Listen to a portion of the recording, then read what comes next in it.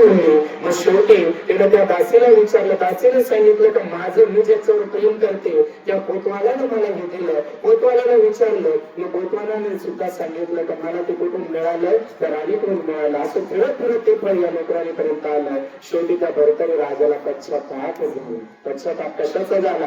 कारण जिच्यासाठी मी सगळं काही सोडलं, माझं कर्तव्य मी विसरून गेलो आणि ह्या हिच्या मोहामध्ये प्रेमाच्या जाळ्यामध्ये मी हिचा पडलो आणि शेवटी मला तिनं दगा दिला. शेवटी त्या राजानं काय केलं, म्हणजे गोरक्षनाथांनी माझे डोळे उघडले. महाराज मी आता त्यांना शरण जातो आणि त्यांच्याकडून मंत्राची दीक्षा घेतो. भरतरी राजानं काय केलं, एवढी गोरक्षनाथांकडे गेले. गोरक्षनाथांकडे गेले आणि त्यांच्याकडून अनुग्रह घेतला आणि तोच भरतरी राजा पुढे चालून मोठे संन्यासी बनले. त्यांनी डायरेक्ट काय केलं, महाराज संन्यासाची पदवी घेतली, धारण केली, संन्यास स्वीकारला.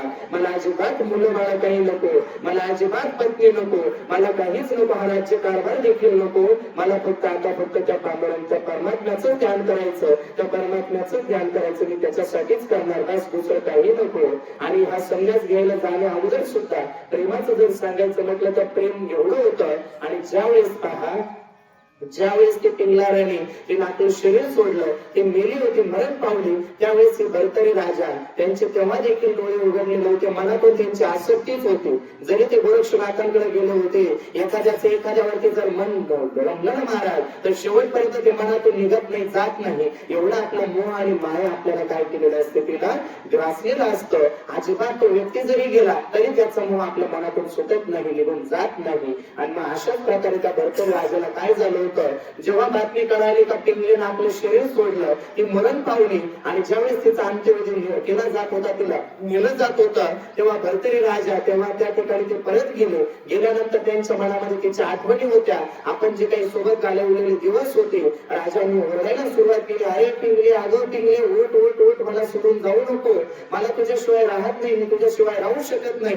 तू कशी होती तरी मला तुझी आठवणी येते, तुझी आठवणी येते, मला तुझ्याशिवाय करमत नाही. त्या भरतरी राजाच्या मनामध्ये तिची आठवण कायम होती, तिचं आठवण अजिबात तिला ती विसरू शकत नव्हते मनामध्ये. आणि तिनं तिचं शरीर सोडलं, मरण पावली. मरण पावल्यानंतर देखील सुद्धा त्या भरतरी राजाच्या मनामधून तिची वासना, तिची इच्छा मनातून त्या राजाच्या जात नव्हती. आणि राजा ओरडत चालले होते, मोठमोठ्याने जोरात ओरडत चालली होती, तिची अंत्ययात्रा निघाली. त्यावेळेस सुद्धा राजाचा आरडाओरडा मोठ्याने चालू. मग आता या राजाच्या मनातून हा मोह कसा घालवायचा, म्हणून योगी गोरक्षनाथाने काय केलं, एक खापर घेतलं आपल्या हातामध्ये, एक मडकं घेतलं आणि ते मडकं घेऊन त्या अंत्ययात्रेमध्ये गोरक्षनाथ सुद्धा सामील झाले, सहभागी झाले. आणि जाता जाता त्या राजाच्या देखत पाहणं मुद्दामून गोरक्षनाथाने काय लीला केली, महाराज ते मडकं आपल्या हातामध्ये होतं ना, त्या राजाला त्याचं लक्ष आपल्याकडे आलं पाहिजे म्हणून या गोरक्षनाथाने काय केलं, यांनी देखील मोठ्याने ओरडायला सुरुवात केली, अरे अरे अरे अरे आता काय करायचं, अरे अरे अरे मी गेलो, आता मी संपलो, आता काय करायचं, काय करायचं. आणि ते खापर जे हातामध्ये त्यांचं जे गाडगं होतं महाराज, ते गाडगं त्या गोरक्षनाथाने खाली आपटलं. आपटल्यानंतर त्या गाडग्याचे 2 तुकडे झाले आणि अजून त्यांनी मोठ्याने जोरात ओरडायला सुरुवात केली, रडायला सुरुवात केली. आता मी काय करू, जोरात छाती ठोकायला सुरुवात केली, आता मी काय करू, मला आता राहणार नाही, मला काही होत नाही, तुझ्याशिवाय मी कसं जगू. असं आचरण पाहिलं कोणी, त्या भरतरी राजाने. स्वतः म्हणे, अहो गुरुदेव तुम्ही असं काय करताय म्हणे, तुम्ही तर आम्हाला उपदेश करताय आणि तुम्हीच ते गाडगं तुमच्या हातून फुटलं म्हणून मोठ्याने आरडाओरडा करताय का, आता मी काय करू. अरे जर तुझ्यातच मी पाणी पित होतो, मला तहान लागली तर तुझाच वापर मी करत होतो, तुला पाणी पिण्यासाठी वापरत होतो. जर मला झोप लागली तर झोप लागल्यानंतर जर ऊन लागलं, तहान लागली, मी तुझा वापर करायचो, ऊन लागलं तर ते खापर मी डोक्यावरती घ्यायचो. असं तुम्हाला सोडून गेला, आता मी काय करू.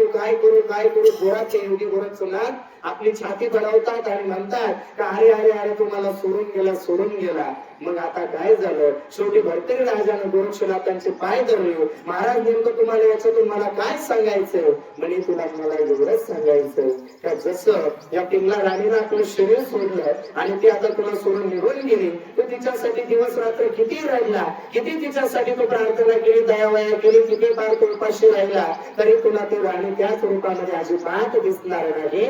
जसं हे गाडगं मी इथं फोडलं, हे फुटून गेलं, म्हणजे किती प्रयत्न केला तरी त्याला जोडता येणार नाही. अशाच प्रकारे तो पिंगला राणीसाठी रडतो आहे, तिच्यासाठी तो तुझं राजाचं बल विसरून गेला, तुझं कर्तव्य विसरून गेला, जिच्यासाठी तू सगळं काही सोडलं होतं ती तुला आता सोडून गेली, ती तुला परत अजिबात मिळणार नाही.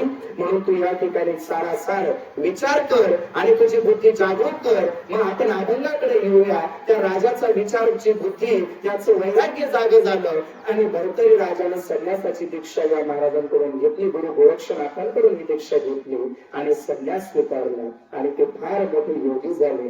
असा हा दृष्टांत, असा हा प्रसंग नवनाथ ग्रंथामध्ये आहे आणि घडलेली घटित ही घटना आहे. पहा, मग माणसाचं वैराग्य कधी जाग होतं? ज्यावेळेस माणसाला आपलं मरण जवळ दिसतं ना महाराज, त्यावेळेस माणसाचं वैराग्य जाग होतं आणि त्याने केलेले सगळे काही पाप कर्म आठवायला त्याला सुरुवात होतो. म्हणून सारा विचार केला पाहिजे आणि कंठामध्ये काय केलं पाहिजे? नामधरा कंठी विठोबाचे. सारासार विचार करा होता होते नामधरा कंठी विठोबाचे आणि त्याचं चिंतन केल्यानं काय होईल? मग अभंगाच्या दुसऱ्या चरणातून महाराज सांगतात, तयाच्या चिंतनी निर्शील संकट तरान दुर्घट भव सिंधू. हा जो मोठा समुद्र आहे ना, हा संसार म्हणजे एक प्रकारचा समुद्र आहे आणि याच्यातून जर कोणाला पार व्हायचं असेल तर त्याला त्या होडीमध्ये बसावं लागेल. आणि ती होडी म्हणजे काय? तर ती होडी म्हणजे दुसरं तिसरं काही नाही तर फक्त भगवंताचं नाव आणि त्याचं चिंतन करणं. ही होडी आहे, ही नौका आहे आणि म्हणून या होडीमध्ये बसून आपण काय करू शकतो? हा भवसागर करून जाऊ शकतो आणि त्या पांडुरंग परमात्म्याचं ध्यान करून सुद्धा आपण या भवसागरातून काय होऊ शकतो? पार होऊ शकतो. म्हणून अभंगाच्या या दुसऱ्या चरणातून महाराजांनी सांगितलेलं आहे. प्रत्येकाला प्रपंच होता हो. तुम्ही आम्ही आपण प्रपंच करतो असं आहे का? अजिबात नाही.